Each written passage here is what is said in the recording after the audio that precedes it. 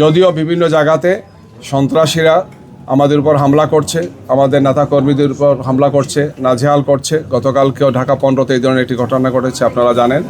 আমরা নির্বাচন কমিশনকে, রিটার্নিং অফিসারকে এগুলো জানিয়েছি এবং আমরা আশা করব যে ভবিষ্যতে এই ধরনের কোনো কর্মকাণ্ড যাতে না ঘটে।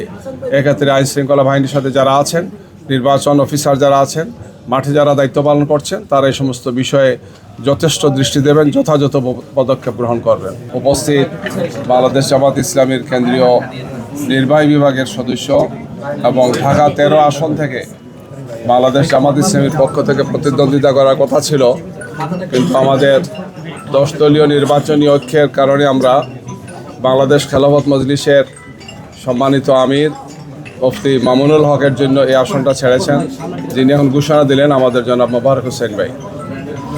তো আলহামদুলিল্লাহ, আপনারা জানেন যে আজকে গতকালকে প্রার্থিতা প্রত্যাহার হয়েছে, আর আজকে বাংলাদেশের 300 আসনে নির্বাচন কমিশনের পক্ষ থেকে প্রতীক বরাদ্দ। তো আমরা ঢাকা 15 আসনে আমাদের সম্মানিত আমিরে জামাত ডাক্তার শফিকুর রহমানের পক্ষে দাঁড়িপাল্লা প্রতীক নির্বাচন কমিশন বরাদ্দ দিয়েছেন, রিটার্নিং অফিসার আজকে দিয়েছেন। আমরা সেটা আজকে গ্রহণ করলাম।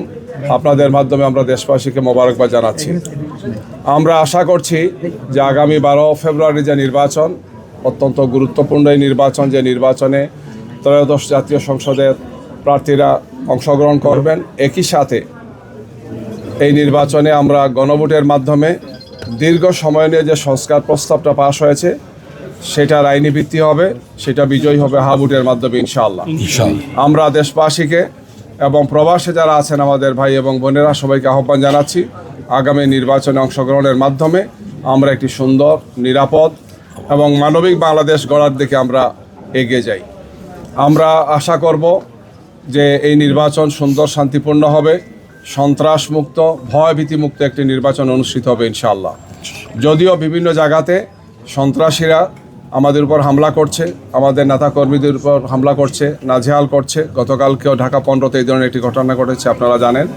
আমরা নির্বাচন কমিশনকে, রিটার্নিং অফিসারকে এগুলো জানিয়েছি এবং আমরা আশা করব যে ভবিষ্যতে এই ধরনের কোনো কর্মকাণ্ড যাতে না ঘটে।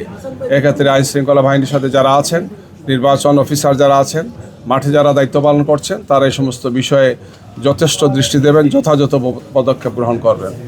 আমরা একটি সুন্দর, শান্তিপূর্ণ, ভয়ভীতিমুক্ত, সন্ত্রাসমুক্ত একটি নির্বাচন আমরা আশা করি, যে নির্বাচনে দেশবাসী অংশগ্রহণ করবেন।